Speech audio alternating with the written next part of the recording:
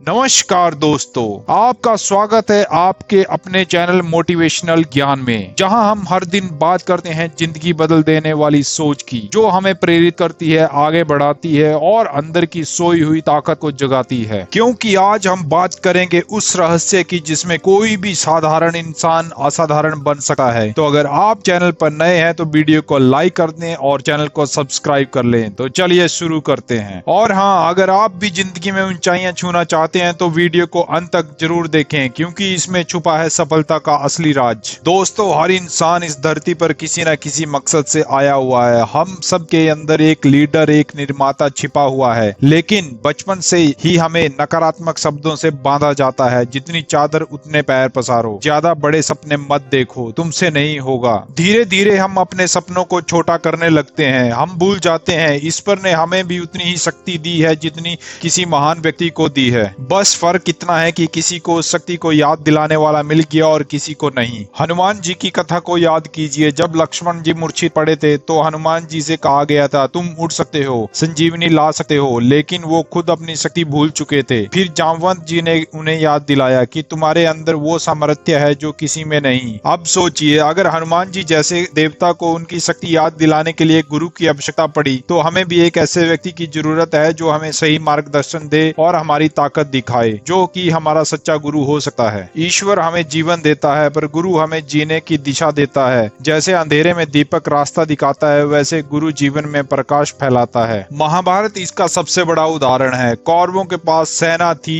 धन था, शक्ति थी, पर उनका सलाहकार था शकुनी। और पांडवों के पास शायद संसाधन कम थे, पर उनका मार्गदर्शक कर रहे थे श्री कृष्ण जी। परिणाम आप जानते हैं, जब गुरु सही हो तो युद्ध चाहे जितना भी कठिन हो, जीत निश्चित है। दोस्तों, किसी भी कार्य में सफलता पाने के लिए 4 चीजें सबसे जरूरी होती हैं। लक्ष्य बनाना, योजना बनाना, उस योजना पर प्रतिदिन कार्य करना और प्रार्थना करना। एक उदाहरण ले लेते हैं, भारत की सर्जिकल स्ट्राइक। ये सिर्फ एक सैन्य कार्रवाई नहीं थी, बल्कि योजना, तैयारी, आस्था का परफेक्ट संयोजन था। पहला कदम लक्ष्य तय किया, जवाब देना। दूसरा कदम ठोस योजना बनाई गई। तीसरा कदम प्रशिक्षित सैनिकों को उसमें शामिल किया गया। चौथा कदम 140 करोड़ भारतीयों की प्रार्थना। डर इंसान का सबसे बड़ा दुश्मन है। डर हमें रोकता है, बांधता है और छोटा सोचने पर मजबूर करता है, लेकिन गुरु वही है जो हमें डर से मिलवाता है और उसे हराना सिखाता है। याद रखिए, आपको जो भी चाहिए होता है वो डर के उस पार मिलता है, और गुरु वही है जो कहता है, चलो मैं तुम्हारे साथ हूँ। ईश्वर हमें शक्ति देता है, गुरु हमें उस शक्ति को उपयोग करना सिखाता है। जब दोनों साथ हो तब रुकावट सिर्फ शब्द बनकर रह जाती है।